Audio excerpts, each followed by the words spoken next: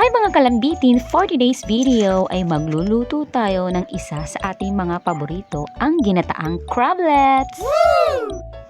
Siyempre, ang ating unang gagawin ay huhugasan muna ang ating mga pangunahing ingredients.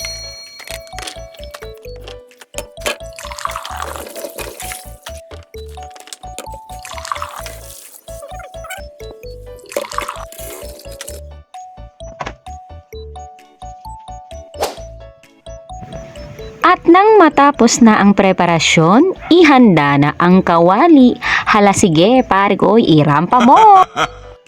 At atin nang simula ng pagluluto, ibuhos ang pagmamahal na may kasamang mantika. Uy! Ay ang mantika, isunod na ang dapat isunod dahil bakalas mo na yan, wala nang kasunod. Uy, wag ganon! Pagkabuhos ng gata, isunod agad ang crablets para manuot at sumarap ang ating pagmamahalan ng 100 years. Harot!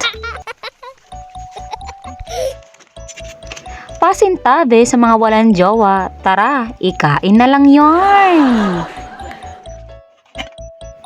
Yung tipong pagkain na lang talaga ang nagpapakilig sa'yo. Uy, wag ganon!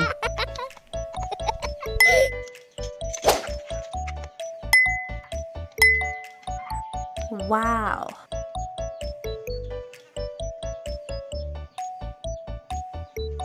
Maraming salamat Panginoon sa pagkain ito. Bless niyo. Pagpalain Panginoon sa pangalan ni Jesus. Amen. Amen! Amen. Kakain na tayo. Kung hindi nyo na itatanong, pues, kahit di nyo itanong sa daldal kong to, ako na mismo ang bubulong.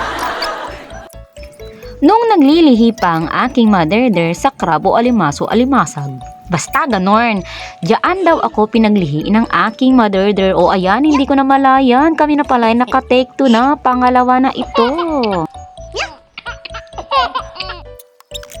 Hindi kami masyadong ganado.